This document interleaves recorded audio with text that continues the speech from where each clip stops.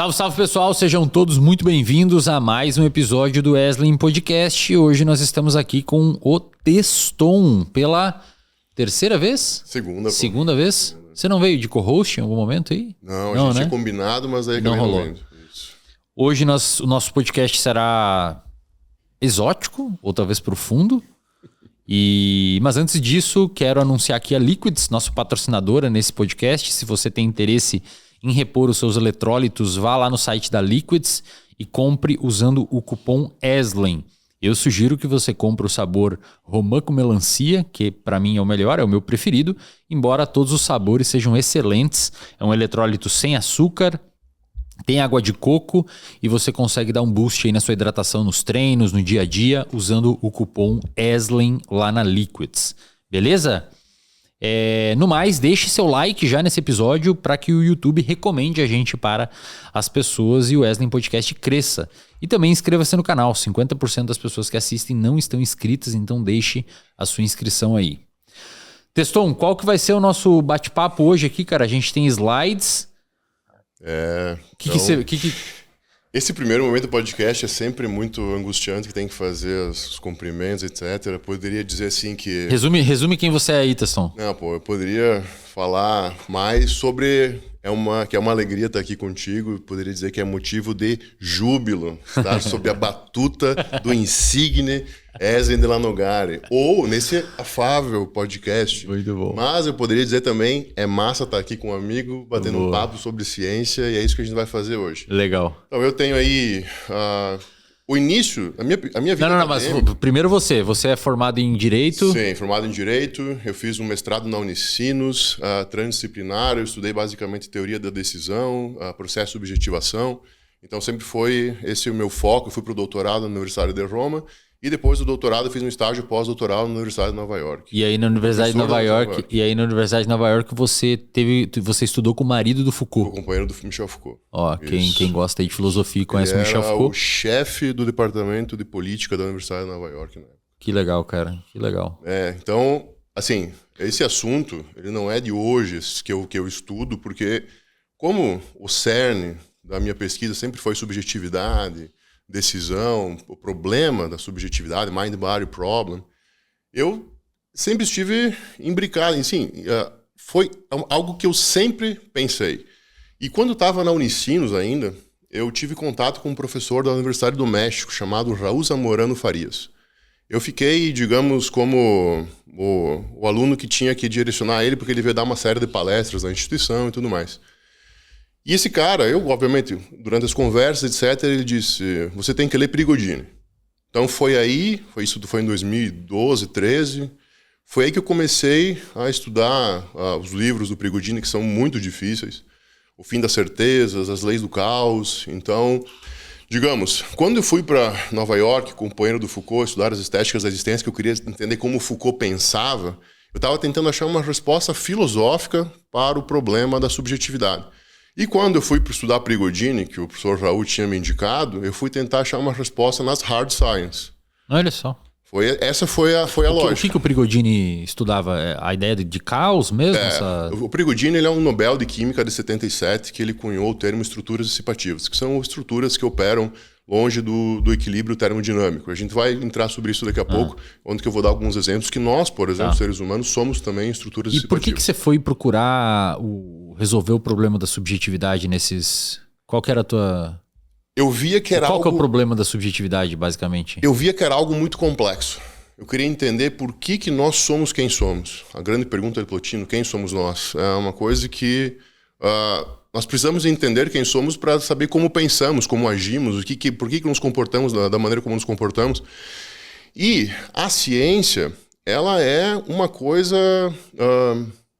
que não responde, obviamente, porque é demasiado complexa toda essa parte subjetiva.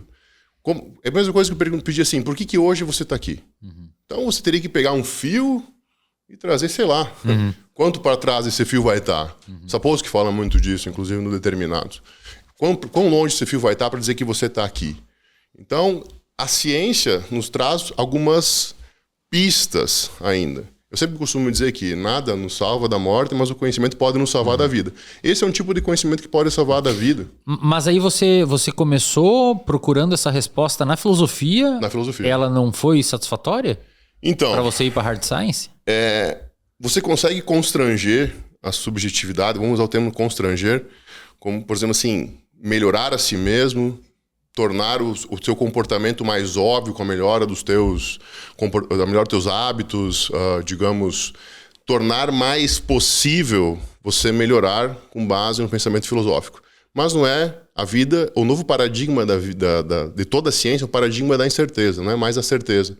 Então é preciso dar um passo além, entender mais como todo esse sistema funciona.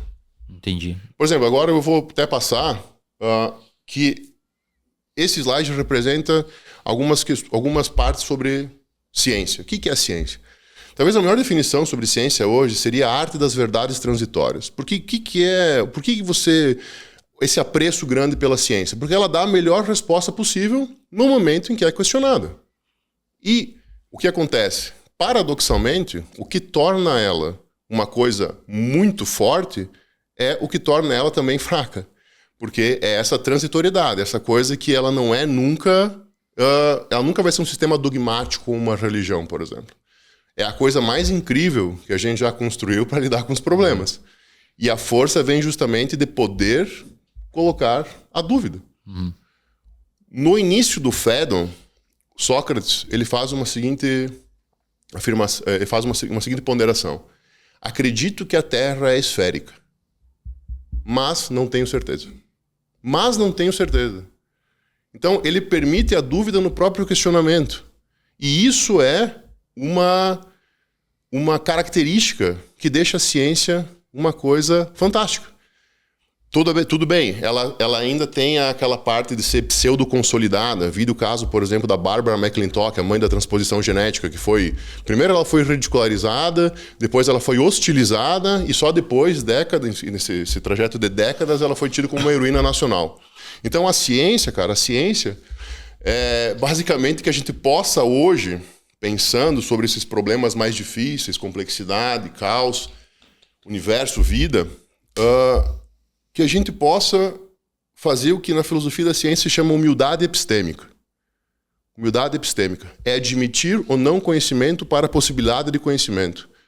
Talvez as respostas que eu tenha para dar hoje não sejam as mais satisfatórias. É como se a gente estivesse subindo uma colina, sabendo que há novas colinas adiante. Então, é a resposta que a gente consegue dar agora para pensar um problema que a ciência vem...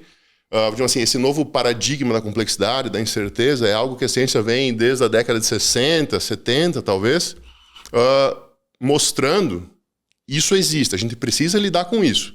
Mas como a gente vai lidar com isso? Então tá. Então aqui a gente vai ter algumas pistas nesse podcast. Vamos lá?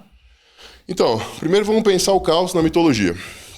O caos na mitologia, principalmente na teogonia de Hesíodo, ele é a abertura primordial. Então, tudo emerge do caos. Então, tudo nasce a partir do caos. Não necessariamente, caos não tem nada a ver com desordem, etc. Caos tem a ver com algo que a gente não consegue saber o que é. Que a gente não consegue prever. Então, nas mitologias posteriores, sempre é uma dança entre ordem e desordem. Nas mitologias, mesmo na grega, principalmente nos contos, né? Sempre é uma dança que é o que permite a criação. E isso vai ser muito mostrado na filosofia. Porque quando a gente vai estudar Demócrito, primeiro Anaximandro, né? Anaximandro com a ideia do aperon, the boundless, ou ilimitado, que as coisas nascem, emergem a partir do caos, se destroem e começam a... Enfim, elas se destroem e criam. Criam-se e se destroem. Então, Anaximandro é o primeiro a pensar dessa forma, vamos dizer assim, caótica. Mas ainda ele partia do pressuposto de que o caos tinha esse significado que tinha na mitologia grega. Isso. De que não era uma coisa desorganizada, era... É tirado dali. Não tem nada a ver com desordem, tem mais a ver com não conhecimento. Inclusive, esse pensamento de Anaximandro é que vai influenciar Heráclito no Devir. Porque é uma criação contínua. É uma destruição e criação contínua, como se fosse uma dança que não cessa. E um outro pensador, e esse é uma pena que a Idade das Trevas fez, foi ter perseguido ele muito, que é Demócrito. Cara, Demócrito foi o primeiro pensador a afastar completamente a metafísica. Ele é querido por muitos físicos, como Carlo Rovelli, que é um grande físico contemporâneo, conhecido pelas teorias sobre o tempo e tudo mais. E ele tem o seu discípulo, Leucipo, escreveu sobre ele um livro Rerum Natura, sobre a natureza das coisas. Ele traz ele antecipa muito tempo uma coisa que se chama complexidade causal infinita, que tudo afeta tudo. Cara, isso é uma coisa... Pensa, um cara que, sei lá, de 300, 400 antes de Cristo pensar na complexidade causal infinita, que os átomos existem a partir de alguma coisa que acontece ali, que dessa complexidade existe tudo que existe. Cumpre mencionar também, à guisa de curiosidade, o Clinamen de Epicuro, que é um grande, vamos dizer assim, um grande pensamento sobre o desvio que alguma coisa tem que ter quando os átomos de Demócrito caíam no vazio para possibilitar o choque e a criação das coisas. Então esses caras imaginavam afastando toda a metafísica, cara. Mas a Idade das Trevas, você acha que enterrou ele por conta que ia contra as lógicas de religião e tal? Porque não tinha nada metafísico. Então a gente vai ver justamente aqui. Essa aqui, vamos dizer que as coisas iam bem, as ciências iam florescendo, até que obviamente teve toda a parte do Concílio de Nicéia, a união da igreja com o Estado. E mais precisamente em 476 depois de Cristo, há a queda do Império Romano. O último imperador que a história coloca, vários os historiadores importantes colocam, obviamente que tem discussões sobre quando acaba, mas é quando Rômulo Augusto é deposto por Odóacro. Rômulo Augusto era também chamado de Augustulo, que significa o pequeno Augusto, porque ele era muito novo. Na verdade, quem comandava era o seu pai Orestes. Ele é deposto por Odóacro. Odóacro toma o lugar de Rômulo Augustulo e não o mata, porque ele era muito jovem, e lhe dá 6.000 peças de ouro para ele ir para o exílio, porque ele era muito bonito. E na história não se tem mais, curiosamente, na história não se tem mais notícia do Rômulo Augusto. Mas é aqui que a gente começa, que a gente viu a perseguição acontecer. Pois é, eu acho que um dos marcos do início da Idade Média é a queda do Império Romano, né? Sim, porque as bibliotecas começam a ser queimadas, os filósofos começam a ser perseguidos. Obviamente que você já tinha... Isso não acontece de uma hora para outra. Por exemplo, você já tinha uma perseguição muito grande quando, por exemplo, mataram Hipácia de Alexandria, que foi talvez a primeira grande cientista do Ocidente. Então, isso vinha acontecendo. Então, pensa, todas as bibliotecas queimadas, os autores perseguidos, e, por exemplo, Demócrito foi um que foi muito perseguido porque, como afastava a metafísica, não tinha como a igreja justificar nada. Aí começa um problema, porque depois, um problema e também uma coisa boa, tá? O problema de terem sido perseguidos todos os pensadores, dos livros terem sido queimados, mas, em contrapartida, há o redescobrimento por volta de 1100 e 1200. Cara, olha o salto que a gente deu aqui. Pô, pesa. Se eu for pensar historicamente, isso aqui é muito pesado. Então a gente começa a ver o renascimento das ciências nessa hora com o resgate de um pensador, Aristóteles. E o que fazia Aristóteles ser muito conhecido por esses novos cientistas, novos filósofos, como Santo Tomás de Aquino? Por isso que Santo Tomás de Aquino estuda tanto Aristóteles. Era o silogismo. O pai da lógica de racionalidade. O pai da lógica é Aristóteles. Se você for pegar o organon aristotélico, ele é repleto de silogismos. Para quem não sabe, silogismo é um argumento lógico, uma lógica, né? Tipo, vamos lá. Sócrates, vamos pensar...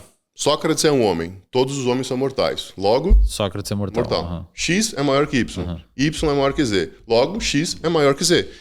Você consegue decompor as partes desse sistema e, ao final, quando você junta, você tem a resposta completa. É diferente de um sofismo, né? Perfeito. Que é você fazer... a premissa primeira e a premissa segunda, elas dão uma conclusão equivocada. Sim. É aparentemente lógica. E aí, daí que surgiram os sofistas, imagino, né? Que eram pessoas que...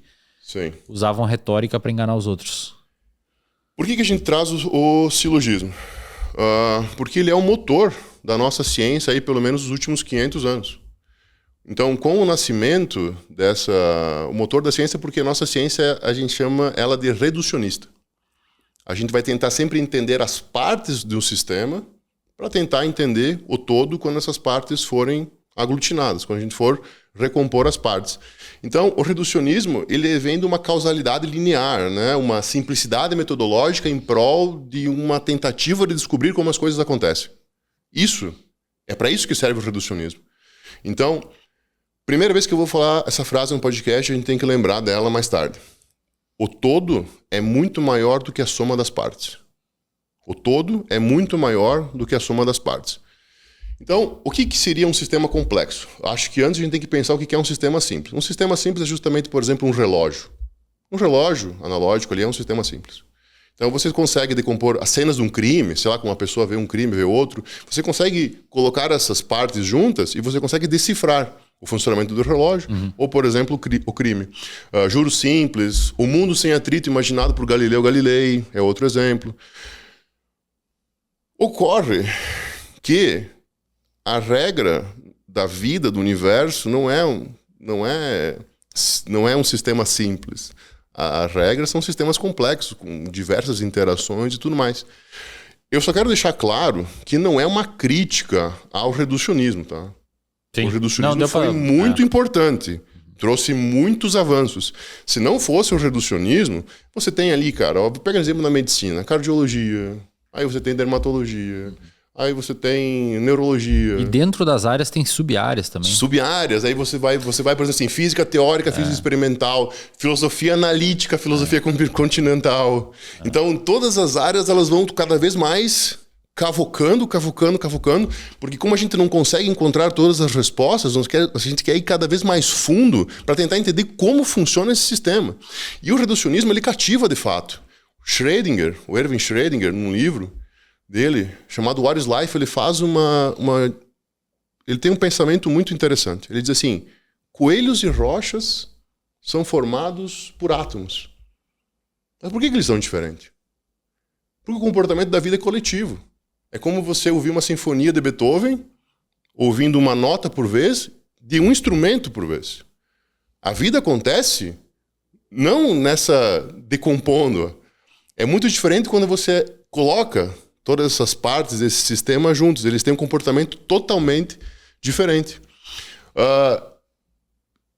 Na abordagem metodológica que a gente tem na ciência, como, por exemplo, a nomotética ideográfica, nós conseguimos ver como a variabilidade é tratada como uma coisa ruim para o reducionismo. Por exemplo, nomotética, né? Nomos mais teses, tese de lei, etimologicamente falando. Então você tem uma abordagem geral. Você vai pegar, por exemplo, a média de vida das pessoas. Você pega uma pessoa de 70, outra pessoa de 20. A diferença que tem ali, você quer saber da média. A diferença real entre essas duas, você não está interessado. Frise-se que, mesmo na abordagem ideográfica, que é id de indivíduo mais gráficos de completude, que é, por exemplo, um relato de caso, você não consegue abarcar todas as variáveis, porque são inúmeras. Então, ainda a complexidade é mais forte do que a análise de um caso, porque tu não consegue dizer cada característica hereditária numa análise de caso, por exemplo. Mas na abordagem nomotética, e essa variabilidade também na ideográfica, no reducionismo é tratado como lixo, cara. Como uma coisa sem importância. Eu até estava falando com o Thiago sobre isso, ele trouxe um exemplo muito bom, cara. O Thiago Batschauer, que é o exemplo da média de vida dos caçadores-coletores. Vários caras, cientistas bons, divulgadores científicos bons, eles dizem que a média de vida de um caçador-coletor é 35 anos. Quando, em verdade, essa, de fato, é a média. O nosso organismo foi feito para viver 6, 7 décadas. Mas devido ao excesso de mortalidade neonatal e infantil, você tem uma discrepância enorme. E esse ruído, quando você faz a média, ele é simplesmente colocado como lixo, cara. Então, a gente tem que analisar que há um problema nisso. Então, a abordagem, qualquer abordagem, tanto a nomotética quanto a ideográfica, por exemplo, elas vão trazer limitações. Porque a gente está ancorado nesse reducionismo que foi o motor da ciência. E não tem nenhum problema nisso. Porque isso pode ser muito bom. Quando, por exemplo, o exemplo clássico de como isso pode ser bom é a PBE. Porque a PBE consegue constranger a subjetividade de quem está atuando. Porque imagina um sistema completamente caótico simplesmente atuando sem saber o que fazer, etc. A PBE vai lá e diz assim, esse aqui, ó, é uma âncora que você tem que usar para tratar um paciente, por exemplo. Isso aqui é uma âncora. Se você não utilizar essa âncora, você vai ficar completamente perdido, porque você não tem onde se sustentar. Você não tem um ponto de partida, você não tem uma... é ficar sem base. Então, mais uma vez, a ciência foi muito importante. Mas o todo, ele sempre vai ser maior do que a soma das partes. E é isso que a gente vai começar agora. Tem alguma consideração? Não. Eu tô aqui pegando o raciocínio. Tô entendendo tranquilo. onde você quer chegar. Então agora está na hora de começar a falar nesse mundo caótico, nesse mundo aí que é a teoria do caos, que muita gente se fascina e tudo mais. Que aí, no caso, esse momento que você vai entrar agora é um cenário onde você vai começar a mostrar que o todo é maior que a soma das partes e que a ciência sempre tratou o todo como a soma das partes. Por razões inerentes às dificuldades metodológicas e piriri pororó, o que foi muito importante e continua sendo muito importante. Com certeza. Mas eu entendi. Não, com certeza. Não tem dúvida. Mas agora você vai começar a partir por tentar mostrar que o todo é maior que a soma das partes. Isso. Aí eu vou tentar mostrar o que isso pode ocasionar, o que isso, enfim, como isso acontece. Então, quando a gente pensa em teoria do caos... Tô prestando atenção aqui, cara. Eu tô calado é porque não é a minha área. Eu tenho que destinar mais energia para entender o que tá acontecendo. Cara, mas a ciência da complexidade, ela vai... Até a gente pode falar um pouco depois, mas a ciência da complexidade, ela vai emergir aí pela década de 60, 70, mas ela só começou a ser aplicada agora. Até o Sapolsky tem uma fala fantástica sobre isso. Ele diz assim, quando eu me deparei que o que o reducionismo fez com a ciência e como a gente não conseguia mais lidar, como a gente estava chegando no limite do reducionismo, a gente tinha que mudar. Ele falou, eu sofri demais para abandonar o que eu estava acostumado a vida inteira. E não é nem por uma pressão externa, né? Mas é uma pressão das suas crenças e da sua construção. É o que a gente estava falando anteriormente aqui sobre ler literatura, cara. Exato. A ciência, eu carrego grilhões de ter sido um cientista um tempo, ter feito mestrado, doutorado, eu carrego os grilhões. Sim. Porque hoje eu tive muita dificuldade de ser um leitor de literatura que gosta de literatura. Cara, por conta dos grilhões da ciência. Teve uma vez no gabinete em Roma que a gente ficou um dia inteiro estudando uma palavra. Essa vez foi muito engraçado. O gabinete inteiro, e nós pedindo para o orientador o dialeto, a época que estava sendo falada, os radicais, etc. Um dia inteiro estudando uma palavra. Mas enfim. Desculpa aí. Não, imagina, pô, tá excelente. Se a gente fala que o Lawrence é o pai da teoria do caos, com toda certeza, então, o Poincaré é o avô. O Lawrence, tu vai entrar no Lawrence? Tá. O Poincaré é o avô, com o problema dos três corpos. Ele via que, no princípio, a matemática de Newton, acho que 1617, não consigo lembrar direito o ano, era uma causalidade linear que o Newton utilizava por uma questão metodológica também, assim como no mundo sem atrito de Galileu Galilei. Quando três corpos começavam a interagir com outra, a coisa ficava complexa, a coisa ficava mais caótica de fato. Então, ele notou que quando três corpos interagiam, havia uma imprevisibilidade muito grande. Então, Poincaré foi o precursor, em verdade, do que nós chamamos de teoria do caos, ainda que ele não tenha utilizado esse nome, mas ele conseguiu ver a imprevisibilidade, essa noção de comportamento não integrável. Então, Poincaré foi demasiado importante para as descobertas que nós tivemos sobre caoticismo. Eu vou chamar de caoticismo e não mais teoria do caos depois de explicar o Lawrence. Mas o Lawrence, então, é o pai, o marco da teoria do caos é o Lawrence, que reduziu 0.506.127 para 0.506 e percebeu que a diferença era grotesca, não tinha nada a ver. O Lawrence era acho que estava estudando clima, né? Clima. E aí eles tinham um supercomputador que fazia uns modelos matemáticos e ele colocou o mesmo número, só que com menos casas decimais. Isso. E aí depois de um tempo ele foi perceber que aquela pequena mudança no início gerou uma mudança gigantesca lá na frente. Perfeito. E daí que veio a ideia do efeito borboleta? O efeito borboleta é depois, quando ele começou com os atratores, mas já vou entrar aí. Então, ele publicou em 1963 o Deterministic Non-Periodic Flow, que é o famoso, enfim, o bater de asas de uma borboleta pode criar um tsunami, enfim, né? Eu acho que é o artigo com mais citações que eu já vi. Cara, acho que é mais de 20 mil, né? Mais de 20 mil, cara, eu acho que é mais. Eu acho que é mais de 100 mil. 100 mil? É. Cara, então... Mas vai falando aí. Não, vem aí pra gente, só pra tirar a dúvida mesmo, porque eu sei que é absurdamente... É Deterministic Non-Periodic Flow. Isso. Não, é 31 mil. 31 mil? Ah, caralho, é muita coisa.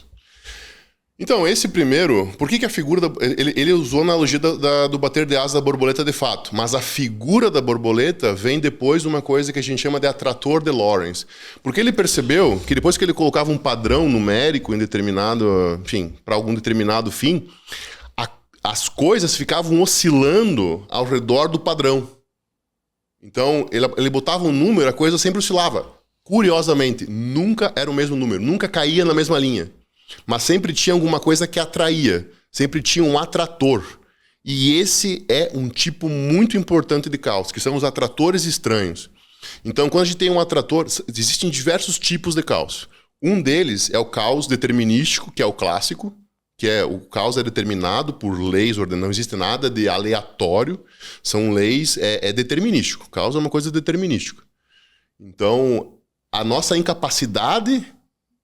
cognitiva ou de análise, a nossa incapacidade que torna o sistema imprevisível e não a ausência de leis. Perfeito. É isso que tem que deixar claro. Então não é a ausência de leis que torna ele... Mas essa é a visão que você concorda. Sim. Ah, tá. Não, concordo. O caos segue leis ordenadas. A gente não tem tecnologia para detectar elas. E talvez capacidade cognitiva. Nós vamos chegar lá, mas é isso aí mesmo. Falta tecnologia com toda certeza. E talvez nos falta capacidade cognitiva, que é um argumento do Rovelli, que é fantástico. A gente pode falar sobre ele também. Então, você tem um atrator estranho, que é uma coisa constrangida. Vamos dizer assim, os números, é como se fosse um redemoinho de possibilidades. Ficam girando ao redor desse padrão, esse número padrão. Então, você tem o caos determinístico, você tem os atratores estranhos, você tem o hipercaos, que daí é quando tem... É um pouco mais complexo, tá? Mas é quando você tem dois expoentes de Lyapunov. O que é expoente de Lyapunov? Ele mede quanto uma coisa diverge da outra no estágio inicial do sistema. Então, quanto mais divergir, mais alto é esse expoente. Se você tem mais de um expoente de Lyapunov, você tem uma coisa chamada hipercaos. Então... provavelmente nós humanos somos sistemas hipercaóticos, porque a gente tem vários modos de divergir no início das coisas. Eu vou colocar, já trago um pouco mais para a vida. Tem uma abordagem que o Harari coloca no Sapiens, que é uma abordagem, uma análise fenomenológica dos tipos de caos, que eu acho brilhante. Ele tirou de um cara chamado Ricardo Vargas, que é um engenheiro brasileiro, cara. Eu até mandei mensagem para esse cara, mas ele não respondeu. Mandei e-mail para ele e não respondeu ainda. É fantástico. Ele diz que existem dois tipos de caos, fenomenologicamente falando. Sistemas caóticos tipo 1 e sistemas caóticos tipo 2. Sistemas caóticos tipo 1 são sistemas como o clima. Vai chover amanhã, vai mudar alguma coisa na tua vida? Cara, você consegue mudar que vai chover amanhã? Cara, beleza, vai chover, mas o que eu vou fazer? Talvez eu não saia de casa, mas é o máximo que vai acontecer. Não vai mudar o fato de chover ou não amanhã. Ignorando, obviamente, a complexidade causal, que é uma coisa muito complexa. Infinita. A complexidade causal é infinita. A gente vai falar sobre isso depois também. E daí, o que é um sistema caótico de tipo 2? Vamos supor que você é um analista financeiro e você consiga saber o que vai acontecer no mercado financeiro daqui 6 meses com exatidão. Exercício mental aqui. Com exatidão, você consegue saber o que vai acontecer. Daqui 6 meses haverá um colapso financeiro. Quando você coloca isso, o sistema mesmo se retroalimenta. Todo mundo começa a vender as coisas. E isso muda o cenário. Ao invés de 6 meses, você tem 3. Isso. Então, o mesmo fato aconteceria se você fosse numa vidente que é o demônio de Laplace. Que ela sabe todas as variáveis. Isso. Sabe todas as variáveis, etc. E que ela fala assim, Ezen, amanhã você vai ser atropelado. Você fica em casa, Sim. você não é atropelado. Então, o sistema se retroalimenta. Isso é um sistema caótico de nível 2. Ele é muito mais complexo do que um sistema caótico de nível 1. Porque existe um feedback. E esse feedback fica em looping. Mas ainda assim é um sistema caótico determinado. Determinado. Nós que não sabemos o que é. Nós que não sabemos a lei, como isso funciona. A única coisa que vai mudar seria, entre aspas, a equação. Você ficar em casa seria outra equação. Seria mais ou menos isso. Então... partindo para o próximo aqui. Sistemas complexos, então, como vida, mercado financeiro, o que a gente falou, economia, são extremamente sensíveis a essas condições iniciais. Todos os sistemas caóticos têm as condições iniciais de todo o sistema caótico são extremamente sensíveis. Então, nossas tentativas de tentar controlar esses sistemas, elas são ilusórias, cara. Elas são ilusórias. Mas é engraçado analisar como, ainda que ilusórias nossas tentativas, cada micro decisão que nós tomamos na vida pode desencadear um efeito caótico. Pode desencadear um efeito caótico, ainda que a gente não se dê conta disso. É uma característica dos sistemas complexos o caoticismo. Então, em tudo que é complexo, há alguma coisa caótica. Ou que pode desencadear um efeito desproporcional, um efeito caótico. Então, trazendo um pouco mais para a vida isso, lembrando, caos é uma coisa determinística, não é aleatória. Não tem nada a ver com aleatoriedade. Segue leis determinadas, mas é imprevisível a longo prazo por limitações na capacidade de medição e não pela característica do sistema. Eu vou dar um exemplo para a galera, para eles entenderem isso.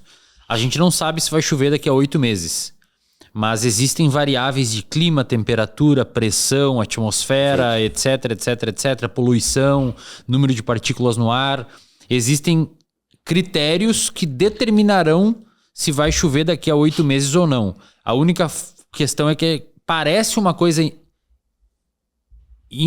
A questão é que não é porque é imprevisível que não é determinado. Isso. É imprevisível, a gente não sabe se vai chover ou não. É probabilístico, a palavra é probabilidade. Mas existem os critérios e a gente só não consegue calcular com uma probabilidade razoável. Vamos trazer para a vida. Quando você tem... Vamos pegar na vida propriamente dita. Pega o exemplo de gêmeos idênticos. Na primeira divisão do embrião, você já tem uma distribuição desproporcional de mitocôndrias. O que isso pode acarretar a longo prazo? Em cada outra divisão, numa evolução da vida em si, desse gêmeo, de um ou de outro. Isso é um exemplo. Esse efeito desproporcional pode gerar algo que a pessoa seja completamente diferente da outra por conta de uma distribuição desproporcional de mitocôndrias na primeira divisão celular.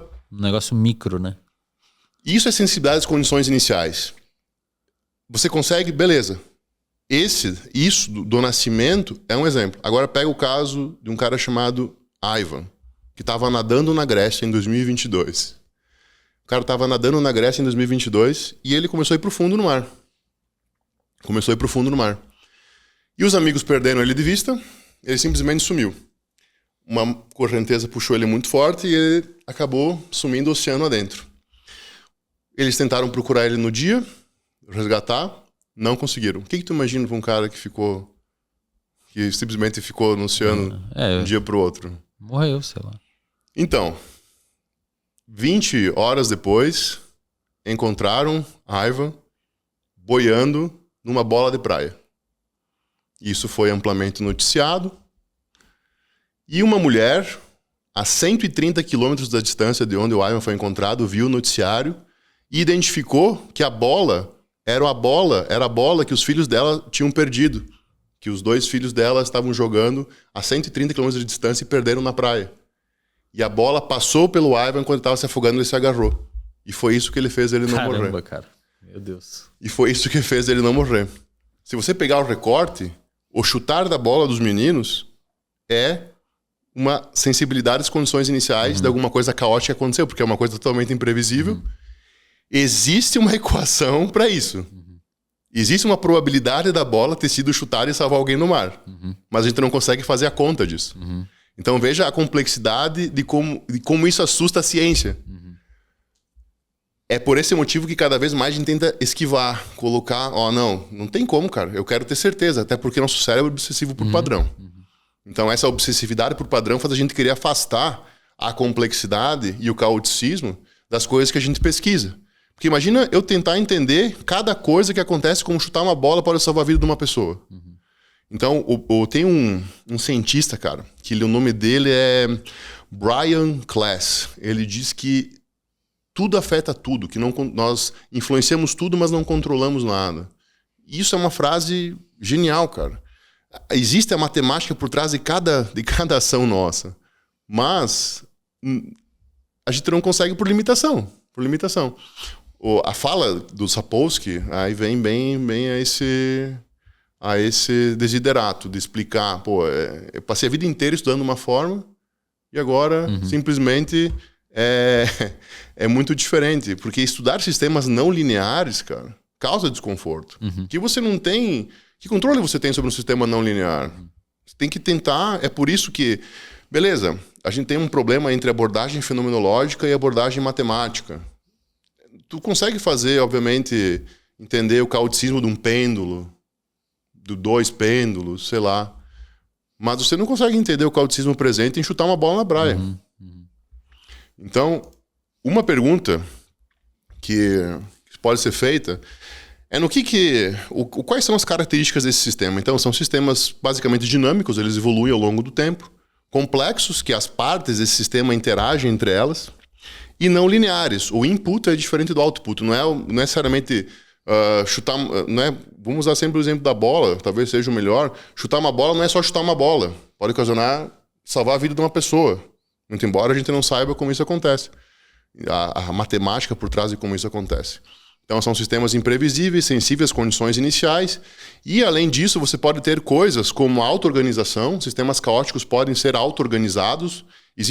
O Giorgio Parisi, que é um Nobel de Física, ele explica que existe muita organização em sistemas caóticos, longe do equilíbrio. Assim. Existe muita organização. Então, eles se auto-organizam de uma maneira muito... entre aspas, fácil, mas porque o caos é muito grande e quando você olha para aquele sistema, ele está organizado de alguma forma. É isso que conferiu o termo, a estrutura dissipativa do Prigogine, que é quando uma estrutura opera longe do equilíbrio, fora do equilíbrio termodinâmico, vem justamente dessa organização caótica. Convecção térmica é um exemplo. Nós somos um exemplo de estrutura dissipativa, porque nós consumimos coisa com pouca entropia, como alimento, oxigênio, e nós começamos a dissipar calor. Essa dissipação de calor aumenta a entropia do universo. Obviamente que numa escala muito menor que um raio de sol, por exemplo, sei lá. Obviamente que numa escala menor, né? Mas é importante mostrar como a vida em si se mantém por meio de uma operação longe do equilíbrio termodinâmico. Eu pego uma coisa de pouca entropia e eu dissipo o calor gerando mais entropia para me manter num fluxo entrópico, que é o que o Schrödinger fala no livro What is Life também. É o Schrödinger que traz essa ideia. Curiosamente, cara, esse livro olha a unicidade do pensamento, né? Esse livro do Schrödinger, ele é o livro que faz o Crick, o Watson e o Wilkes, em 62, criar a estrutura da molécula do DNA. Inclusive, um deles manda uma carta para o Schrödinger agradecendo. 52, eu acho. 52? Eu não lembro. A dupla hélice, né? A dupla hélice. E um deles manda uma carta para o Schrödinger agradecendo que foi o livro What is Life e essa ideia de fluxo entrópico ali que fez eles pensar em como era encadeado e tudo mais. Caramba.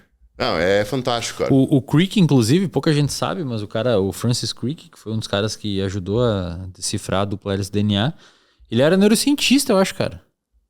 Acho que era, cara. Ele tem um livro chamado... Um deles morreu, né? Antes de mas ele tem um livro, cara, que é um livro que ele publicou falando sobre algum problema da consciência, falando que a consciência...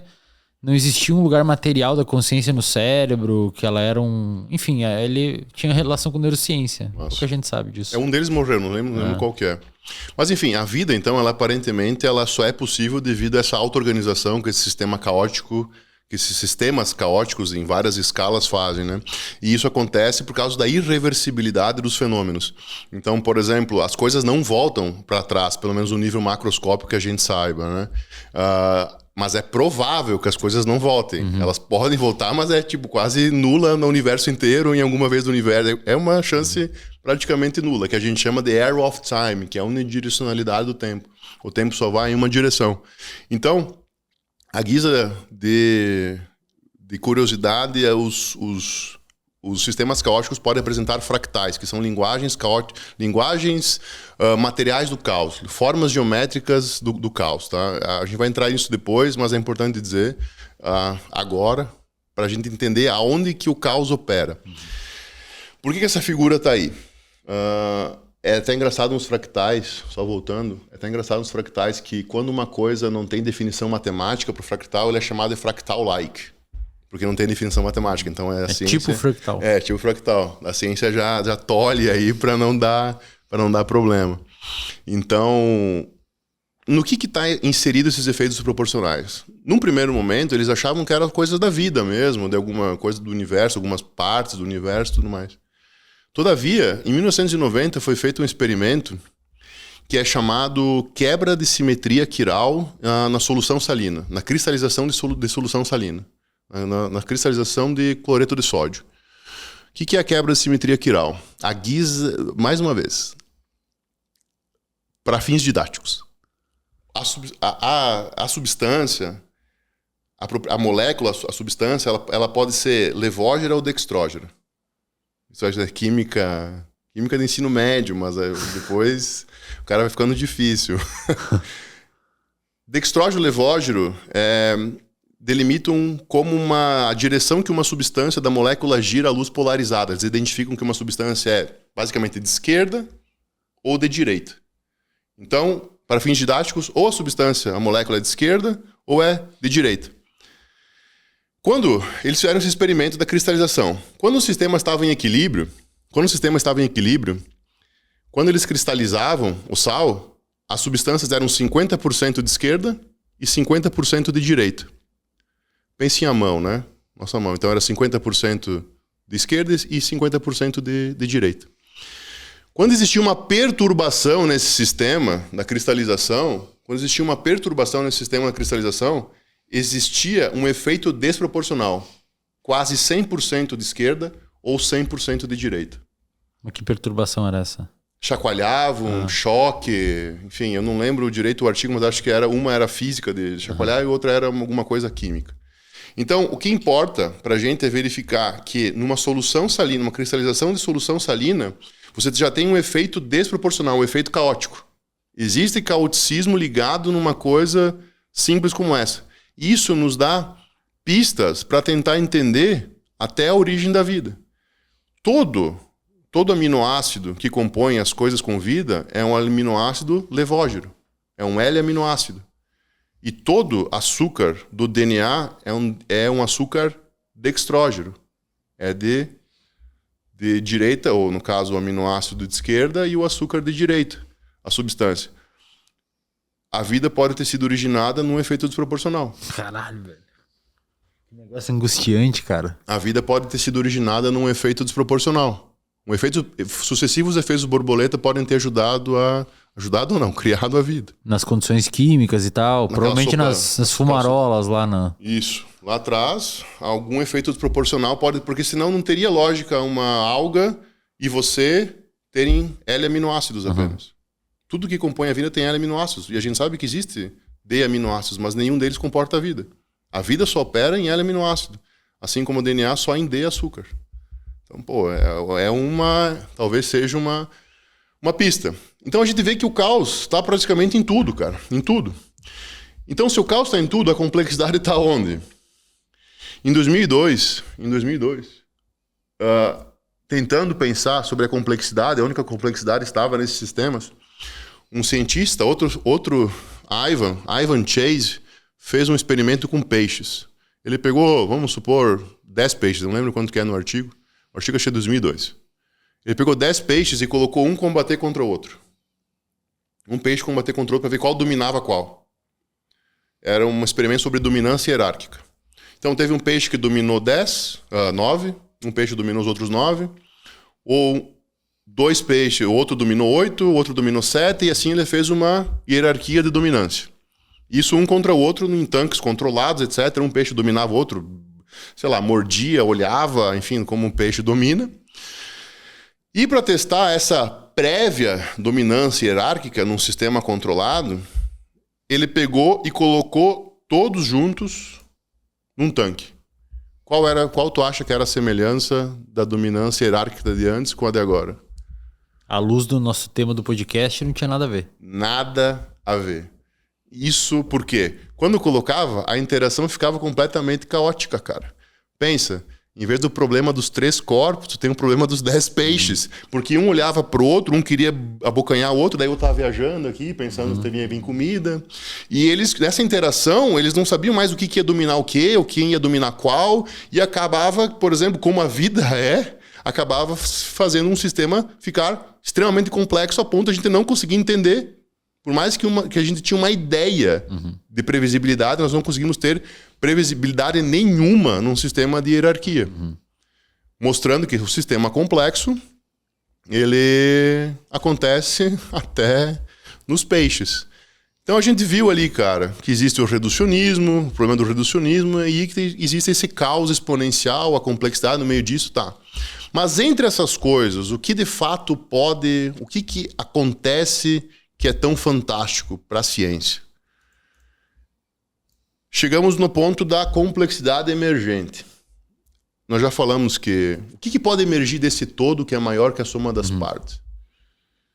Cara, a complexidade emergente é quando comportamentos, padrões ou funções novos aparecem em um sistema a partir dessa interação de muitas partes simples. A massiva interação de estruturas simples gera uma complexidade que não continha em um itinerário inicial.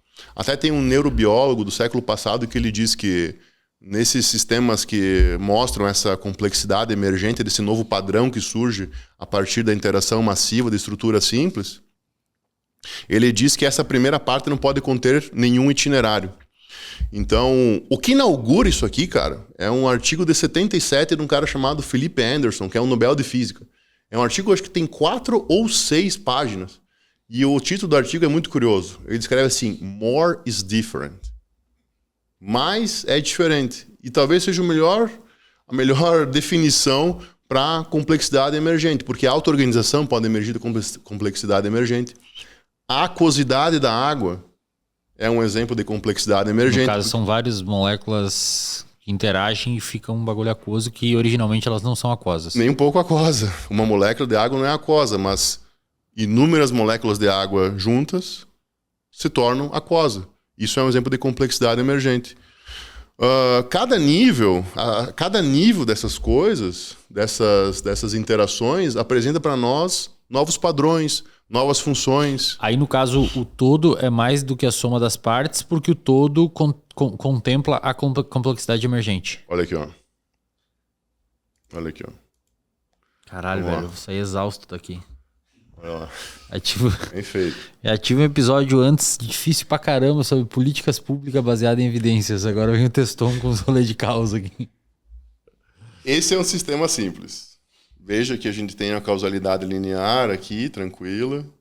E aqui você consegue identificar cada uma das partes que compõem o todo aqui. No caso ali, causalidade linear é quadradinho com quadradinho, isso. Dá 2 quadradinhos que se vai lá embaixo 2 quadradinhos. E aqui você tem todos. Identifica eles aqui. Aqui você tem um sistema mais complicado, existe, enfim, uma interação um pouco diversa, etc. Mas ainda é linear, porque você consegue identificar as partes e você tem o resultado aqui, tudo que está aqui. Olha como é que é um sistema complexo. Olha a interação, o retorno do feedback. E olha o que forma. Não tem nada a ver. Foi uma estrela do PT, Testão. Os caras vão achar que tu é petista. Porra, sacanagem. Eu nem tinha pensado nisso, cara. É bem capaz. É que eu tava falando de política. O podcast anterior foi sobre política. O cara já fala de esquerda. Quando eu falei esquerda, por isso que eu parei. É por isso que eu parei no meio. Eu falei, putz, falei esquerda e direita, que os caras é capaz de... Já no mundo louco como tá, né? Então, forma uma coisa que não tem nada a ver. Com o que está aqui. Exemplo clássico de complexidade emergente, não tão clássico, mas é muito curioso, é o exemplo do que a gente chama de quorum sensing. Quorum sensing é um mecanismo de comunicação química entre micro-organismos. Essas sinalizações químicas entre vários micro-organismos geram uma coisa...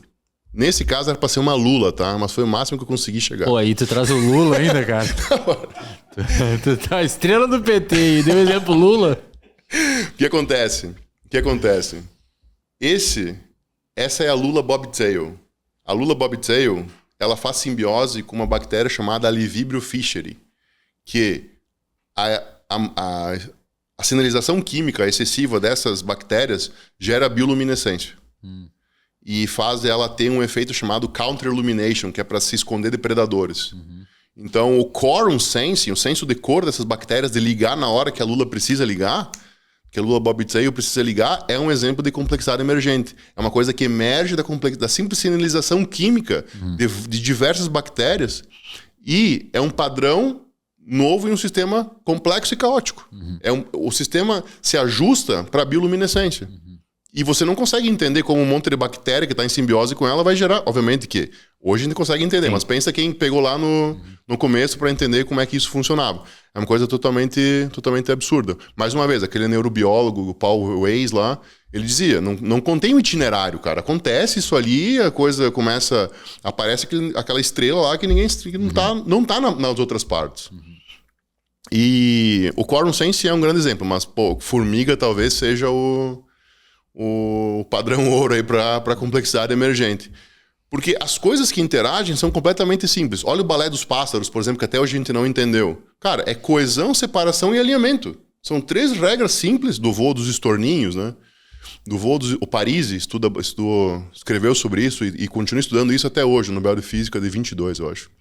Ele continua estudando isso até hoje para entender. Cara, uma das hipóteses é até consciência unificada dos pássaros.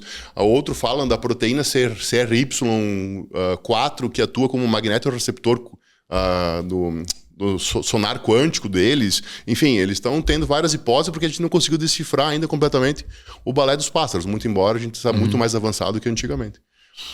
As formigas são um belo exemplo de complexidade emergente. Por quê? Elas criam rotas otimizadas que, cara, olha, os nossos computadores antigos, pelo menos, penavam para fazer. E seguindo regras básicas. Elas simplesmente elas fazem uma coisa chamada estigmergia, que é estigma é marca e ergo um esforço. Elas se esforçam para deixar uma marca. Então, as trilhas que vão ficando mais cheirosas, as formigas começam a andar mais. Então, elas sabem que ali é o caminho mais curto para chegar em determinado lugar. E isso serviu para a gente começar a entender o que no problema filosófico, estatístico também. Deixa eu pegar aqui uma caneta. No Salesman... Cadê a caneta isso aqui? Salesman... Cadê a caneta? Salesman Problem. Que é o problema do caixeiro viajante. Sabe do que é isso aí ou não? Não. Cara, o problema do caixeiro viajante, ele é um problema... Cara, eu não tô conseguindo pegar aqui, mas vamos só pensar sobre ele. Existem diversos pontos. Você como vendedor, você precisa passar em todos os pontos da maneira mais otimizada possível. Então, isso é extremamente difícil. Imagine que você tem... eu conheci esse problema como do entregador de pizza. Pode ser. É Salesman Problem. Não tinha sacado. É problema do caixeiro. Acho que em português os caras traduziram como caixeiro viajante, sei lá, uma coisa assim. Entregador de pizza. Pô, tem cada um. Mas é um exemplo, pô. E como é que É um bom exemplo. Não lembro onde é que eu li isso.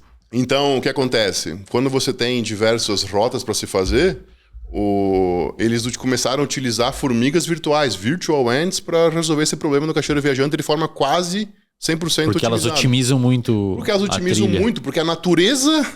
Cara, porque uma formiga consegue fazer o que um ser humano não consegue, cara. Então a gente imita a formiga para tentar resolver um problema extremamente complexo. Por exemplo, uma formiga não vai fazer isso, cara. Uma formiga não vai fazer isso. 10 formigas não vai fazer isso. 1 milhão de formigas, você já tem um sistema completamente organizado. Vida que, por exemplo, até com cupinzeiro, é assim, cupinzeiro, cara, tem até colônia de fungo dentro, cara. Tem cupinzeiro de 2 metros. É uma coisa sinistra, é tudo extremamente arejado, na temperatura ideal. Então, uma formiga não vai fazer isso sozinha. Mas a reunião delas faz emergir uma complexidade que é essa sabedoria resolver esses problemas complexos. Um exemplo de complexidade emergente também que pode ser citado é o Wisdom of the Crowd, a sabedoria da multidão, que foi primeira vez desenhada em 1907 por uma figura controversa na história chamada Francis Galton, né? O cara que cunhou o termo eugenia aí, né? Não sei para que fins, eu nunca estudei ele a fundo, mas em 1907 ele escreveu um artigo chamado Vox Populi. O que aconteceu? Em uma feira de gado, acho que era gado, várias pessoas... A pessoa que acertava o peso exato do gado, daquele boi em particular, ganhava ele. E os fazendeiros começaram a chutar. Chutar. Nenhum acertou. O Francis Galton pegou... Ele é muito amigo do Darwin, né? Acho que era primo dele. Mas ele teve uma amizade com o Darwin também. Ele pegou todos os chutes e fez a média. A média era o mais próximo, acho que errou por 30 gramas, uma coisa assim, errou o peso, mas o mais próximo era a junção de todos os chutes de todas as pessoas que estavam lá. Então, o Wisdom of the Crowd, a Wikipedia é um bom exemplo de Wisdom of the Crowd, sabedoria da multidão, porque veja como frente até a Enciclopédia Britânica, em 2005, colocaram a Wikipedia foi superior. Em 2012, Oxford fez outro estudo sobre tentando colocar a Wikipedia contra outros escritos científicos. A Wikipedia foi superior. Ela é um exemplo de sabedoria da multidão que se regula de baixo para cima, sistema bottom-up. Então, o que emerge, cara, de uma coisa totalmente simples, como a interação de seres humanos e tudo mais... Cara, o peso do boi, do Galton ali no Vox Populi, a Wikipedia, tem também os golpes num campeonato de jiu-jitsu. Tem sério? estatísticas mostrando que são basicamente os mesmos. Então, são muitos indivíduos bottom-up, né? Sim. Que eles que consolidam o que é o mais adequado. Que massa, cara. Em vez de um cara falar que esse é o certo. Massa. As estatísticas de golpe no campeonato de jiu-jitsu é muito parecido sempre. É um exemplo bom de Wisdom of the Crowd. Cara, e é curioso pensar, cara, que o controle de qualidade, enfim, da Wikipedia é fantástico de pensar. Quando colocaram ela frente a outros escritos As avaliações do Uber. É o cara Uber que também? dá nota, né? Sim. Teoricamente, o melhor Uber é aquele que a população elegeu como melhor, sei lá. Aí tu pode falar pra mim assim, por que isso não funciona na política, Teston? Pois é. Porque o objetivo não é comum. Quando você precisa ter para Wisdom of the Crowd, você precisa ter objetivo comum. Porque olha só, o que é votar no Uber? É uma interação simples. O que é um golpe de jiu-jitsu? Para um cara que luta jiu-jitsu é uma coisa simples. O neurônio de uma mosca e o neurônio no ser humano, eles são parecidos. Na forma, né? Se eu for pegar um cara que não entende, não é um expert nisso, não vai saber diferenciar o neurônio de uma mosca para o neurônio do ser humano. Não tem nada de especial. Mas a quantidade de interações, a massiva interação de estruturas simples, elas geram essa complexidade, que no caso pode dar luz à consciência, sei lá, qualquer coisa desse tipo. Então a quantidade de interações gera a qualidade nesse sistema. Então, cara, nós pensamos isso num plano linear. Olha isso aqui. Aqui embaixo a gente tem os átomos, vamos colocar átomos, aqui é o reducionismo, cada vez mais para baixo, né? Então você tem uma auto-organização de átomo para célula, cada célula contém cerca de 1 trilhão de átomos. Átomos interagindo e formando padrões. Cada célula tem 1 trilhão de átomos. Então você tem quantas células aqui para colocar tecido. Então você tem mais um salto de auto-organização. Então você tem mais um salto para órgão. Você tem mais um salto para sistema. Aqui você tem a emergência, que é a vida. E você tem o ambiente aqui agindo, a subjetividade agindo também. Então pensa a complexidade que é a subjetividade de uma pessoa. Ô Teston, mas o Sapolsky no Determined, ele rejeita o argumento de que o livre-arbítrio surge da complexidade emergente, né? Não sei se você lembra. Cara, eu me pautei bastante coisa no Sapolsky aqui, a gente pode chegar depois para fazer o fechamento, que é bem... Tá. Porque olha só, uma coisa que o Sapolsky fala bastante é que as características hereditárias que você analisa somente num sistema, elas são nulas. Não, sim. Tipo, sim. é uma coisa totalmente... Enfim, a complexidade emergente, ela não dá o livre-arbítrio... Já vamos adiantar, então. Ela não dá o livre-arbítrio na hipótese do Sapolsky, porque continua seguindo leis determinadas. Isso, exatamente. Isso. Não tem problema. É isso mesmo. O caos é, como a gente falou lá atrás, por isso que a gente trouxe. O caos é determinístico probabilístico. Não é porque... Mas no caso, então, o Sapolsky não rejeita a existência da complexidade emergente como um fenômeno... Não, ele advoga a favor, inclusive. Isso, só que ele continua falando que a complexidade emergente é determinada. Sim, é determinístico. O caos, enfim, o sistema complexo, a auto-organização, segue leis determinadas. Mas isso não significa aleatoriedade. Entendi. Não significa aleatoriedade, não significa que nada vem do nada. Ele usa uma frase, 2 vezes o Sapolsky usa uma frase sem citar de quem é, mas é do Parmênides. Eu acho que ele simplesmente ele intuiu essa frase, que nada vem do nada. Ex nihilo nihilo fit. Ele coloca no livro essas duas frases para mostrar justamente isso, que tem um link, sei lá, que vai para trás até, sei lá, jogar lá na primeira vez que uma célula eucariótica fez simbiose, a teoria endossimbiótica, por exemplo, que para originar a vida, ou antes até o Big Bang, enfim. Então, sempre vai estar ligado. Então, tudo é determinístico no universo, mas a nossa capacidade é limitada para entender isso. Porque, porra, pensa você entender, cara, cada salto que dá aqui. Cada salto que dá aqui. Mas não, isso, eu ignorar isso aqui, quer dizer que isso não acontece? Reduzir. O reduzir serve para entender melhor. Mas se eu reduzir isso aqui, vai deixar de acontecer? Não, cara, não. Então, assim, passando para... Tem um cara chamado Stephen Wolfram, que o Sapolsky cita também. Eu não lembro onde que é, mas ele cita. Ele tem um livro de 2022 chamado A New Kind of Science, um novo tipo de ciência, que ele fala que o universo, as construções, tudo do universo, as pessoas pensam sempre em coisas complexas, diferentes, mas elas emergem de coisas completamente simples, como autômatos celulares, que são o quê? Autômatos são regras básicas de qualquer coisa, um tabuleiro de xadrez, a cada 2 pula 1, enfim.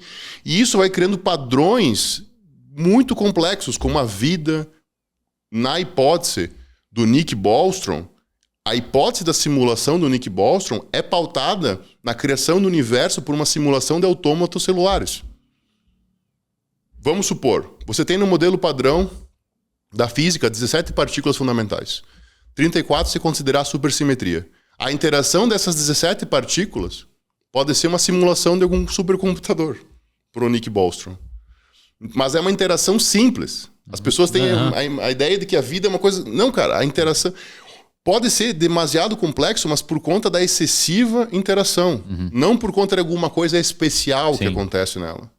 Então, é uma hipótese do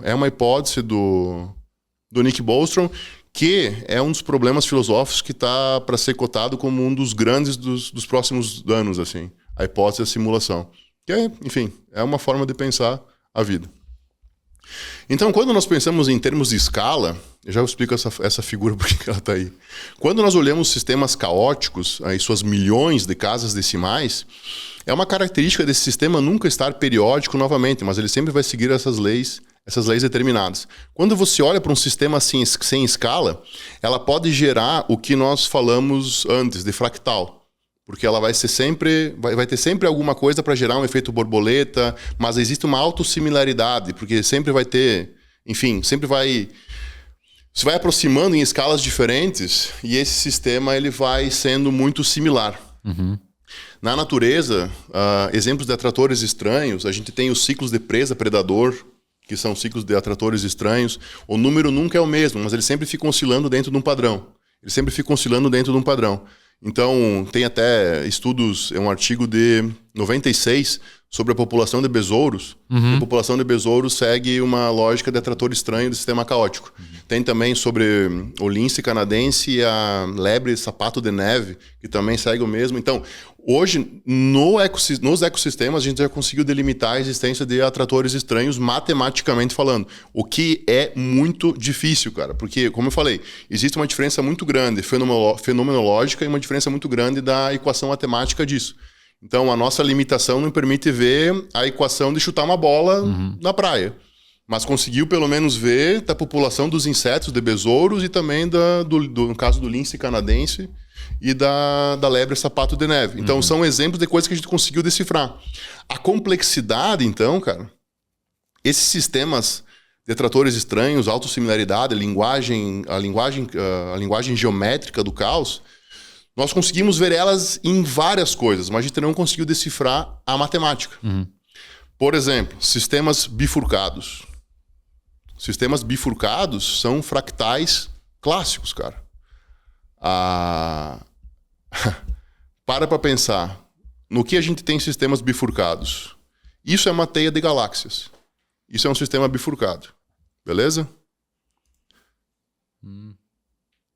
O todo do universo, inclusive a vida e o próprio universo, eles enfrentam o desafio de extração e otimização da energia da mesma maneira. As coisas da vida, um gene, a interação das partículas fundamentais à otimização, por conta dos bilhões de anos que essas coisas existem.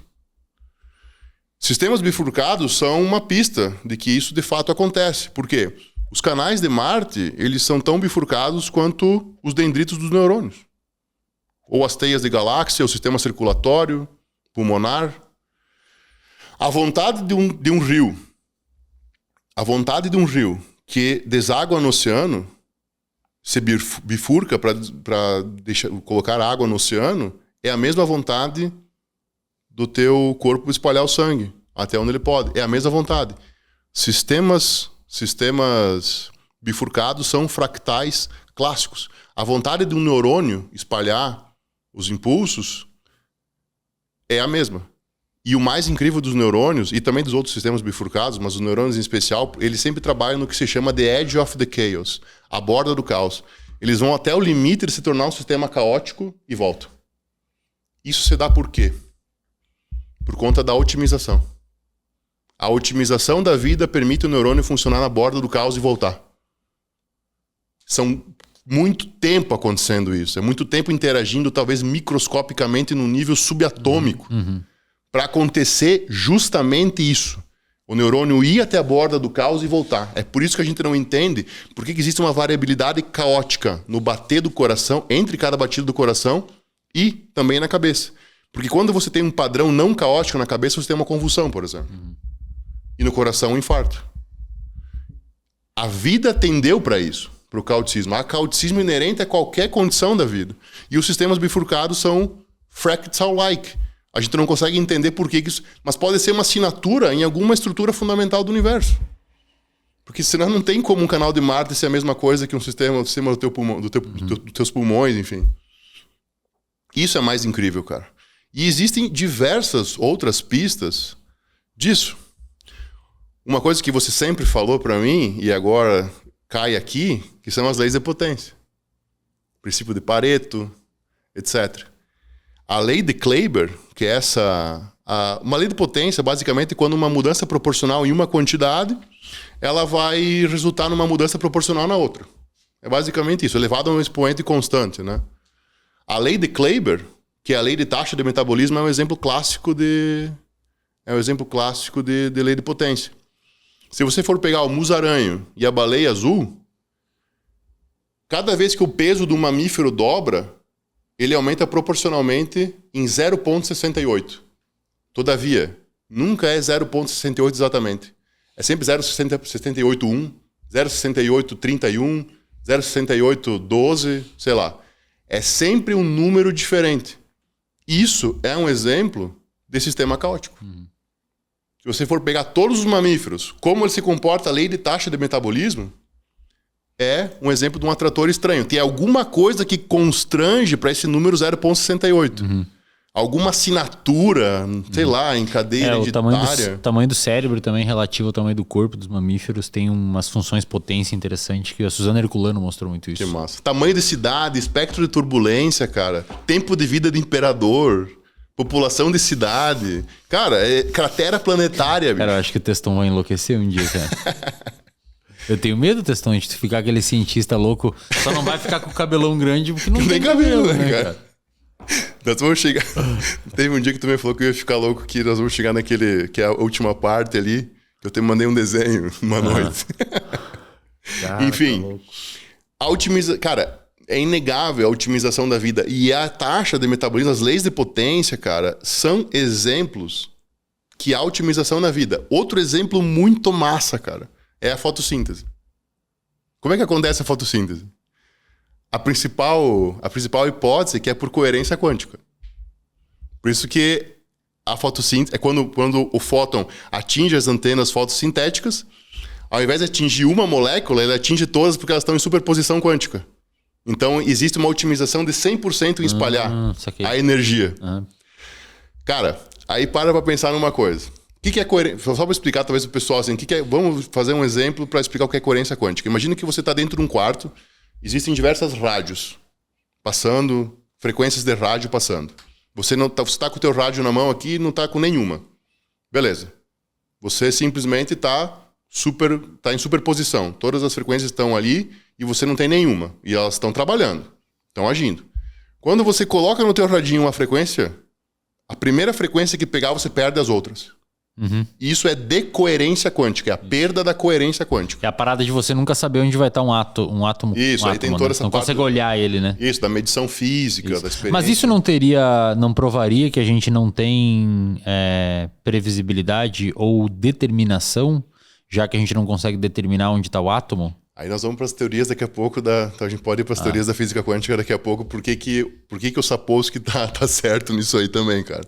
Ele refuta essa tese, né? Sim, mas a gente vai entrar por que a maior parte das teorias são determinísticas probabilísticas. A interpretação ortodoxa é a de Copenhague, que de fato ela é indeterminista, mas ela continua sendo probabilística, mas ela é indeterminista por uma falha da nossa capacidade de interação, de interpretação. Porque o que acontece? Hoje você já tem digamos assim, a tese principal está atrasada em relação ao que a gente sabe hoje. Por exemplo, caos quântico. Existem indícios da caoticidade quântica, ainda que a gente não saiba da posição inicial do sistema. Por quê?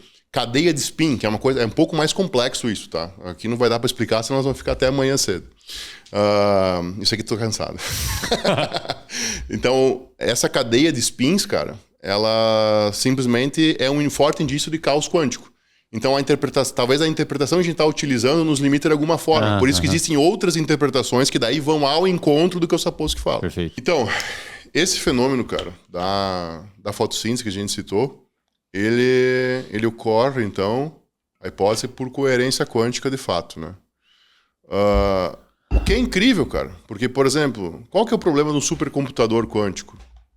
O problema do supercomputador quântico é que ele não consegue manter a coerência, ele perde a coerência, acontece uma decoerência quando ele está do estado superposto pro dado que vai pro mundo macroscópico.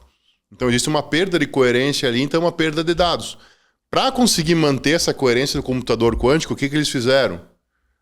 Refrigerar o sistema praticamente no zero absoluto, para conseguir deixar a onda coerente e não ter a perda total de dados. Então, por isso que o computador quântico se mantém por conta da coerência que é mantido no zero absoluto. Agora eu pergunto, não é um exemplo de otimização da vida a fotossíntese fazer isso em temperatura ambiente? Com tudo, vamos dizer assim, ocorrendo, excitado. Foi um problema que foi sendo resolvido pela evolução, né? Exato. Isso que eu falo de otimização da vida, que a gente falou aqui de otimização da vida por essas coisas que nós chamamos de complexidade e caos, mas é que, na verdade, a nossa capacidade cognitiva não consegue acompanhar, a nossa capacidade tecnológica e cognitiva. Então, quando tu citou do Sapolsky falar sobre a indeterminação, a mecânica quântica, cara, ela é extremamente probabilística, né? É probabilística. Você tem diversas interpretações. A clássica, a ortodoxa, que é de Copenhague, ela é uma interpretação indeterminística probabilística. Mas você tem, por exemplo, a Bominiana, a Roveliana, que são interpretações determinadas probabilísticas. Você tem a Many Worlds Interpretation do Hugh Everett, que é uma viagem, mas ela é determinística probabilística. Junto com a Many Worlds, tu tem a Many Minds Interpretation, que é também determinística probabilística. O fato é que elas são determinísticas probabilísticas. Não existe nada aleatório que acontece simplesmente. As coisas acontecem por um motivo. E o motivo é essa otimização da vida nos mais diversos níveis dela. O Parisi, mais uma vez o Parisi, citando o Parisi aqui, o Nobel de Física, Giorgio Parisi, ele diz que a própria seleção natural darwiniana é uma questão probabilística.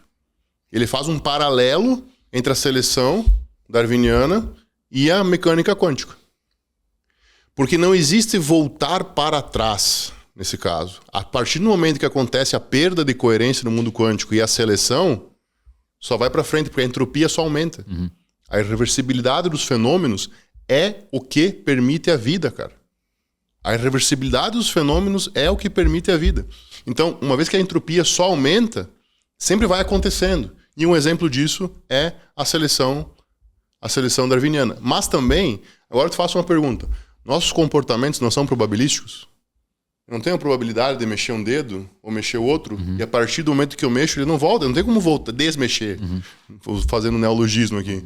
Não tem como eu desmexer o que eu fiz ou o que eu... Mas eu nunca vou fazer um comportamento totalmente diferente daquilo que eu posso fazer. Não existe como fazer um comportamento que eu não possa fazer. Não existe. Eu não posso pegar aqui, criar e sair voando, porque eu não tenho como fazer isso. Eu não tenho como fazer isso. Mas o comportamento é uma questão probabilística. Então, por isso que eu te mandei aquela vez aquele desenho. Existe uma gama de coisas que eu posso fazer. Esse número sempre vai ser 100%. Mas eu tenho probabilidades de fazer uma coisa ou outra. Eu tenho probabilidade de usar uma palavra agora do que usar outra. Isso é uma questão probabilística. Aí você coloca essa questão probabilística comportamental junto à causalidade infinita das coisas. Quando eu digo que tudo afeta tudo. Cara, se eu pedisse pra ti, Mercúrio te afeta, ou a constelação de Gêmeos, sei lá, te afeta, cara, tu tem que falar que sim. Isso é verdade. De algum modo, em alguma probabilidade, te afeta. Mas qual que é a chance disso afetar um comportamento teu? Cara, é a mesma chance de você pegar uma lata de tinta, começar a jogar numa tela e pintar uma Mona Lisa. É a mesma chance. Mas afeta. Então, quando a gente fala que tudo afeta tudo, a causalidade infinita, a complexa causalidade infinita que o Demócrito falou, cara. Complexidade causal infinita. Então, tudo afeta tudo de fato. O universo, ele tende esse aumento de entropia e é puramente uma questão probabilística. E, cara, e tem uma coisa do Rovelli que me incomoda muito quando começa a pensar complexidade, universo e vida. Ele faz uma divagação que é fantástica. Que o universo, cara... Imagina, o Testão mora numa fazenda, pra quem não sabe, né? Imagina o Testão na fazenda dele, cara, criando galinha, pensando se incomodando com o Rovelli. Pô, o Rovelli é muito bom, cara. Tá louco? O que te incomoda no Rovelli? Para pensar assim. Nele nada, mas nessa divagação é muito forte, cara. Porque, beleza, o universo nos dá boas pistas de que ele é, em verdade, finito, cara. O universo, ele é finito. Curvatura do espaço-tempo, dentre outras coisas que nos dão pistas de que o universo é, de fato, finito. O problema é a nossa compreensão acerca do universo finito. O universo é finito. A nossa ignorância acerca do universo é infinita. Nós nunca vamos conseguir alcançar porque a gente é muito burro. Por causa da limitada capacidade cognitiva de compreensão das coisas. Tá, a hora que tu terminar o teu raciocínio, me sinaliza que eu tenho algumas dúvidas. Mas eu vou esperar tu terminar o raciocínio, é melhor. Então, senão eu vou antecipar coisas que você vai falar lá na frente. Tranquilo. Então, cara, de fato, isso é complexo. Nós influenciamos tudo, mas a gente não controla nada, bicho. Se eu te disser assim, você esmagar uma formiga hoje vai alterar o destino da humanidade? Em algum número, sim. Só não tem a equação na mão. Mas vai afetar. O fato de você desconhecer não é que não exista. Então, tudo afeta tudo, cara. A ciência da complexidade e do caos é como a vida funciona. E não como a gente gostaria que a vida funcionasse, o universo funcionasse. A complexidade e a ciência do caos é como a vida e o universo são. Não como a gente gostaria que eles fossem. As coisas são assim. Mas o nosso cérebro é obsessivo por padrão, ele tem que desvendar alguma coisa, porque viver na incerteza nos causa angústia. Mas as coisas são incertas. As coisas são probabilísticas. É por isso que o Perugini bate tanto no novo paradigma da incerteza. Então, o que é subjetividade, cara? Senão um atrator estranho, como eu falei antes. Cara, comportamentos são probabilísticos. Não existe como fugir disso, cara. Não existe como fugir disso. A gente entender causa e complexidade dessa forma mais densa, talvez não confira pra gente um superpoder, etc. Mas dá uma dimensão de como a vida e o universo, cara, são extremamente incríveis, né? Então aqui a gente já tá indo pro último slide. Quer fazer a consideração? O que manda, pô? Cara, eu tenho uma pergunta. Manda, pô. Eu nunca estudei muito teoria do caos e não li muito sobre isso, né? Eu acho que o mais próximo que eu cheguei a ler disso foi o Determinate, sim, o livro do Sapolsky, que ele traz isso. E pelo que eu compreendi, ele levanta de forma muito honesta, intelectualmente falando, 3 objeções, ou melhor, 3 principais argumentos pró-livre-arbítrio. Né? Eu lembro que, salvo engano, são 3. Eu lembro de 2 só. Não, vai lá. Um deles é o indeterminismo quântico. Sim. Fala, não, se existe indeterminismo quântico, portanto, pode existir um espaço para existir livre-arbítrio, né, para o comportamento ser indeterminado, já que o nível quântico é indeterminado. E acho que o contra-argumento que ele faz é que é um nível muito pequeno e, portanto, dificilmente afetaria o comportamento, mais ou menos como você falou da tela e da Mona Lisa num balde de tinta. E o segundo argumento dele, de pró-livre-arbítrio, que ele refuta, é o da complexidade emergente, que você trouxe aqui. Que nós temos que o livre-arbítrio seria uma complexidade emergente de um monte de neurônios que estão se conectando e que o todo, que seria o livre-arbítrio, é maior que a soma das partes, que são os neurônios se conectando. E aí ele refuta da seguinte maneira. Ele fala, então me diz, para você me dizer que existe livre-arbítrio no cérebro, você precisa me mostrar o primeiro neurônio que dispara um potencial de ação sem ter sido influenciado por outro neurônio, que foi influenciado por hormônios, que foi influenciado pela cultura, que foi influenciado pelo DNA, que foram influenciados pelo nível de glicose na célula. Tem algum? Eu não lembro se tem outro. Cara, eu acho que os mais fortes são esses dois. Eu acho que o mais forte de todos é a complexidade emergente. Mas os dois são os um cara que, se você for debater livre-arbítrio a nível neurobiológico com um sujeito que não vá pra religião e tal, né? Aí você tá jogando em campos epistemológicos diferentes, né? Aí fica mais difícil. É um argumento que eu vou dizer, se eu tô num debate, eu conseguiria argumentar de forma razoavelmente suficientemente boa pró-livre-arbítrio usando o conceito de complexidade emergente. Pega um cara mais leigo na curva, assim. Não, tudo bem. Mas, por exemplo, primeiro da indeterminação quântica. A interpretação ortodoxa é uma.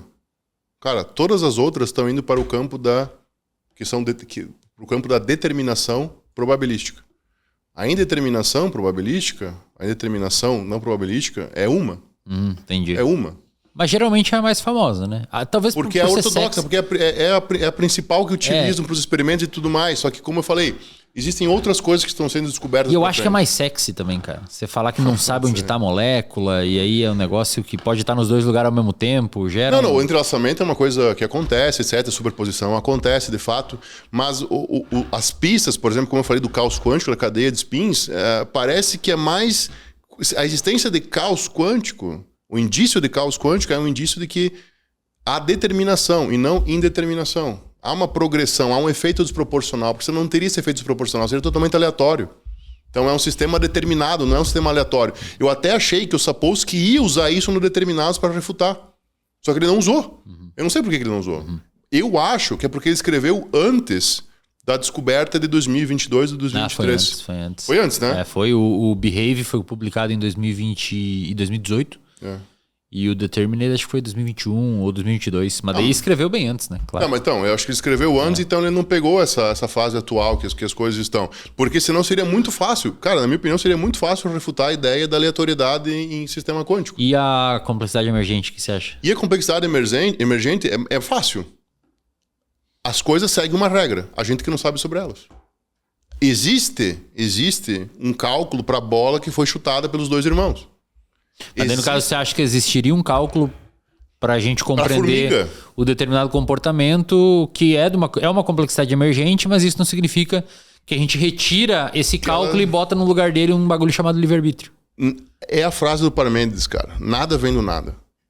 A nossa ignorância acerca de como as coisas funcionam não significa que elas não têm leis para seguir como funcionar. O universo é assim. As coisas acontecem assim. A nossa ignorância que não deixa a gente enxergar como as coisas funcionam de fato. Eu tenho que ler de novo o Determinate dele. Mas agora acho que saiu português, né? Eu li inglês na época, era meio chato de ler, porque ele entra nessas paradas aí do Lawrence lá, de efeito borboleta, é uma área que o cara não manja, é difícil de entender. Ele bate muito nessa questão do Lawrence, do caos ser determinístico.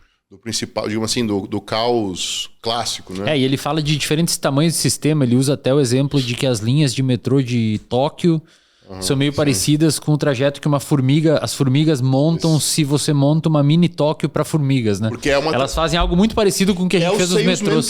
É o salesman problem. É uma trajetória otimizada porque a vida é otimizada assim. Então foi assim que eles identificaram por que era melhor fazer o negócio de Tóquio, o sistema de metrô de Tóquio dessa forma. Ele usa o exemplo da complexidade emergente ali. Só que assim, não é uma coisa, cara, que vem do... Assim, ó, é diferente das outras partes do sistema? É diferente.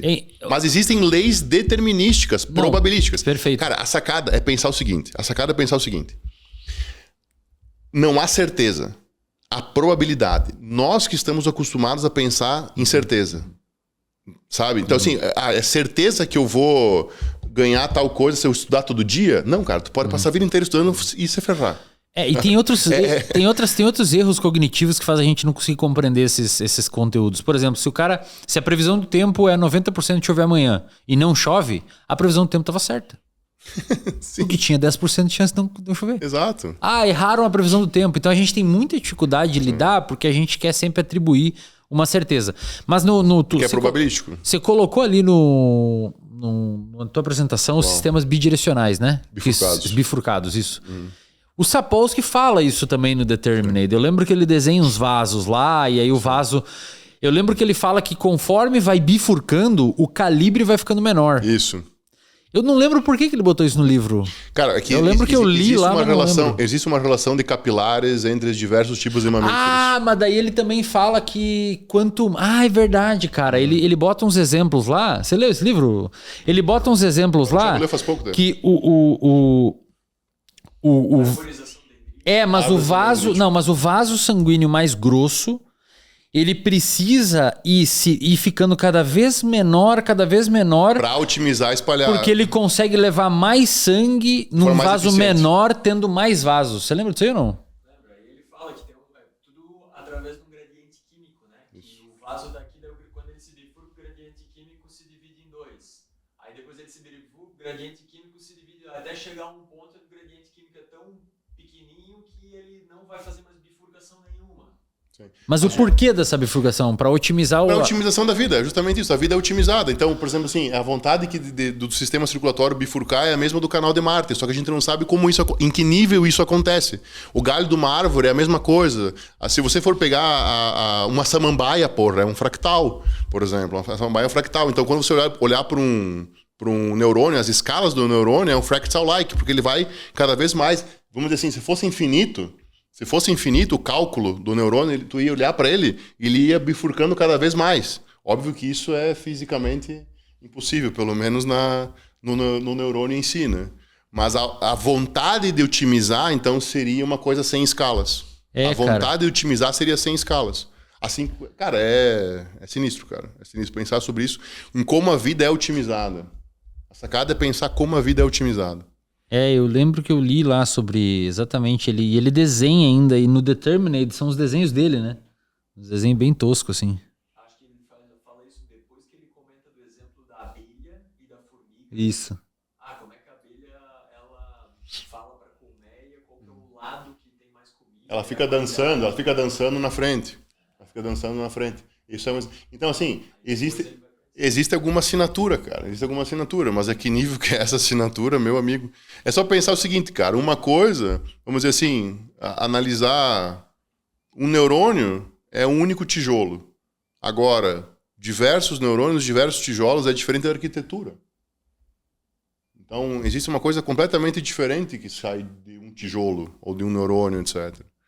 Então, e no meio disso está toda essa parte de otimização da vida e tudo mais. É que eu lembro que me chamou muito a atenção na época que eu li, faz tempo que eu li já, e que eu falei, caramba, isso aqui faz tanto sentido, e ao mesmo tempo me causou uma sensação de paradoxo, porque o negócio ia ficando menor e gerava, tipo... Mais.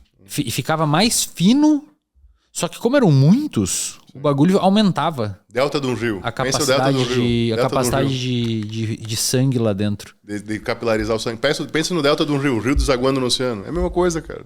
É a mesma coisa. Cara. É o mesmo sistema. Só que essa é a otimização da vida durante bilhões de anos. Só que aonde que está essa assinatura que faz isso? Cara, são perguntas que... Cara, o difícil é isso. É encarar que cada vez que a gente encontra uma resposta, surgem mais perguntas. E assim, por exemplo, cara, isso aqui, por exemplo, é uma teoria de cordas. Essa aqui é uma teoria de cordas. É o desenho de uma teoria de cordas. E aqui você tem a teia das galáxias. Sim, sim. Entendeu?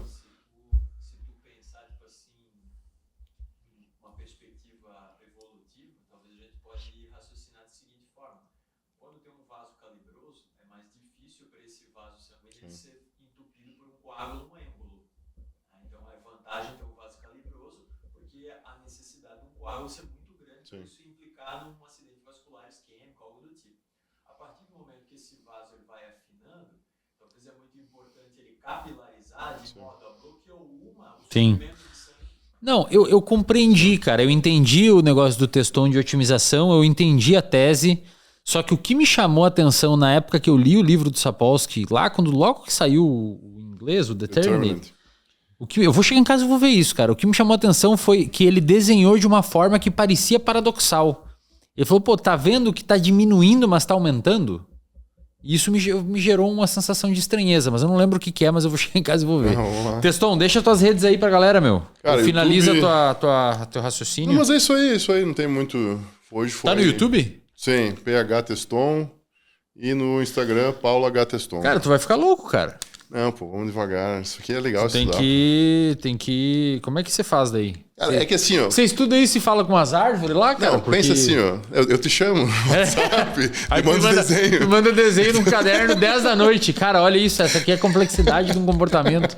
Então, assim, cara, beleza. Isso aqui talvez não responda muitos questionamentos. Faça a gente ter mais questionamentos ainda. Então, talvez não influencie, por exemplo, se você acordar e dormir, o que tu vai comer e tudo mais. Mas cara...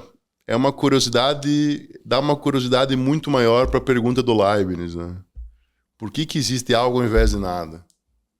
Por que existe algo ao invés de nada? Essa é a grande pergunta de qualquer cientista, teólogo, qualquer coisa, religioso, qualquer pessoa vai pedir, não que os cientistas não sejam religiosos, mas enfim, qualquer pessoa vai querer saber cada vez mais por que existe algo ao invés de nada. Cara, olha a loucura que é você ter os fractais, essa otimização da vida, como as coisas acontecem, esses efeitos caóticos de sistemas em todos os níveis, a complexidade cada vez mostrando que a vida e o universo são assim, só que a gente viu no começo diferente. Então, o fato da gente ver diferente não significa que é assim, a gente está vendo agora que é diverso do que pensávamos.